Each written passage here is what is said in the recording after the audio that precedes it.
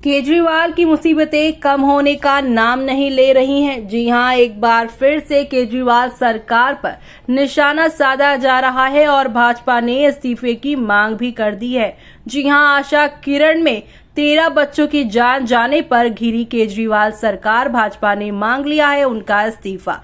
ऐसे में जानेंगे खबर विस्तार से। तब तक आप हमारे चैनल टीसी न्यूज चैनल को लाइक एंड सब्सक्राइब करना ना भूलें। शराब घोटाले में जेल में बंद अरविंद केजरीवाल की सरकार एक नई मुसीबत में फंस गई है। अभी वो ओल्ड राजेंद्र नगर के कोचिंग सेंटर में हुई 3 बच्चों की जान की दर्दनाक यहाँ मामले में से बाहर निकल भी नहीं पाई कि रोहिणी के आशा किरण शेल्टर होम में 27 यहाँ पर जो है स्पेशल बच्चों की जान जाने से सरकार को बैकफुट पर ला दिया है। आरोप है कि केवल जुलाई महीने में ही इस शेल्टर होम में 13 मंदबुद्धि बच्चों की जान गई है, जबकि इस साल यानी जनवरी से अब तक कुल 27 बच्चों की जान गई है। बच्चों की जान जाने के खुलासे से दिल्ली की राजनीति में एक नया घमासान मच गया है। भाजपा ने अरविंद केजरीवाल से तत्काल अपने पद से इस्तीफा देने की मांग की है। वहीं दिल्ली सरकार की मंत्री अतिशी मारलेना ने इस मामले की मजिस्ट्रेट जांच का आदेश देकर 2 दिन में रिपोर्ट की मांग की है। दिल्ली का ये शेल्टर होम मंदबुद्धि बच्चों की उचित देखरेख के लिए बनाया गया है, लेकिन ये हमेशा से ही गलत कारणों से चर्चा में रहा है। पहले भी गलत देखरेख के कारण यहाँ अनेक बच्चों की जान जाने के कारण हंगामा मचा है, लेकिन समय बीतने के साथ ही सब कुछ ठंडा पड़ गया और एक बार फिर ये शेल्टर होम बच्चों के लिए खतरनाक साबित हुआ है। बच्चों की जान जाने की संख्या की आधिकारिक पुष्टि होना बाकी है, लेकिन भाजपा नेताओं का दावा है कि गलत देखरेख के कारण यहाँ दर्जनों बच्चों की जान जा रही है, वो भी दर्दनाक तरीके से, और इस पर अब तक कोई कार्रवाई नहीं की गई है। भाजपा ने मांग की है सरकार को इन जानों पर जनता को क्लियर जानकारी देनी चाहिए। तो वहीं किस तरह की लापरवाही के आरोप है, तो इसे लेकर हम आपको बता दें कि दिल्ली सरकार की तरफ से यहाँ रखे हुए सभी मंदबुद्धि बच्चों की देखरेख की पूरी सुविधा उपलब्ध कराई जाती है। उन्हें भोजन से लेकर दवाओं तक की पूरी सुविधा निःशुल्क है और उनकी देखरेख के लिए केयरटेकर रखे हुए हैं।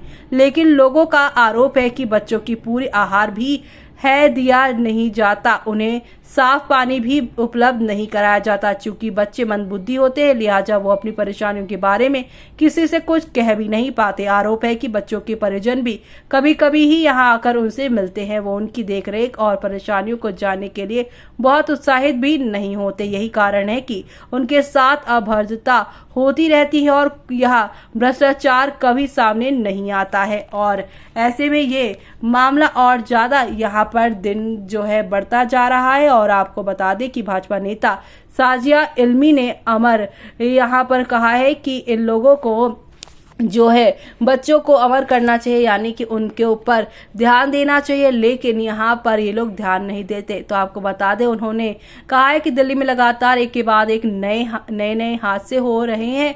कभी कोचिंग सेंटर में नगर निगम की लापरवाही के कारण बच्चों की मौत हो रही है, तो कभी शेल्टर होम में दर्जनों बच्चों की मौत हो जा रही है। ये सीधे सीधे सरकार की प्रशासनिक लापरवाही का परिणाम है। उन्होंने कहा है कि अब ये साफ हो गया है कि अरविंद केजरीवाल जेल में रहकर दिल्ली की प्रशासनिक जिम्मेदारी नहीं संभाल सकते। अब उन्हें अपनी नैतिक जिम्मेदारी स्वीकार करते हुए मुख्यमंत्री के पद से इस्तीफा दे देना चाहिए। साजिया इल्मी ने कहा है कि दिल्ली सरकार की लापरवाही बरतने की घटनाएं लगातार सामने आ रही। कोचिंग सेंटर और शेल्टर होम का मामला अकेला ऐसा मामला नहीं है, दूसरे विभागों में भी इसी तरह का भ्रष्टाचार चल रहा है। उन्होंने आरोप लगाया है कि जब सरकार और उसका पूरा तंत्र लूट और भ्रष्टाचार में लिप्त हो जाता है, तो इसी तरह पूरा सिस्टम भ्रष्टाचार की भेंट चढ़ जाता है।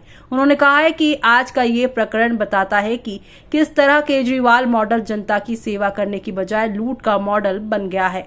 उन्होंने कहा है कि करोड़ों की आबादी वाली दिल्ली के हित में यही बेहतर है कि अब केजरीवाल सरकार इस्तीफा दे दे। दिल्ली सरकार के बाद अब यहाँ पे दिल्ली कांग्रेस के अध्यक्ष देवेंद्र यादव ने कहा है कि राजधानी में लगातार घट रही घटनाओं को लेकर यही लगता है कि यहाँ पर कोई सरकार काम नहीं कर रही है। यहाँ कभी कोचिंग सेंटर, कभी बिजली के तारों की चपेट में आने से, तो कभी बारिश के पानी में डूबकर लोगों की जानें जा रही हैं। यादव ने कहा है कि इस शर्मनाक घटना की तत्काल जांच की जानी चाहिए और लापरवाही बरतने की जिम्मेदारी लोगों को कड़ी सजा दी जानी चाहिए। शेल्टर होम में एक महीने में ही 13 मंदबुद्धि बच्चों की मौत और जान जाने का पर प्रश्न के जवाब में दिल्ली सरकार के मंत्री गोपाल राय ने कहा है कि भाजपा उस मां बाप के जान के पर कोई प्रदर्शन करने नहीं गई जिसमें एक नाले में डूबकर मां बेटे की जान चली गई। आम आदमी पार्टी नेता ने कहा है कि सरकार ने मामले की जांच का आदेश दे दिया है, जल्दी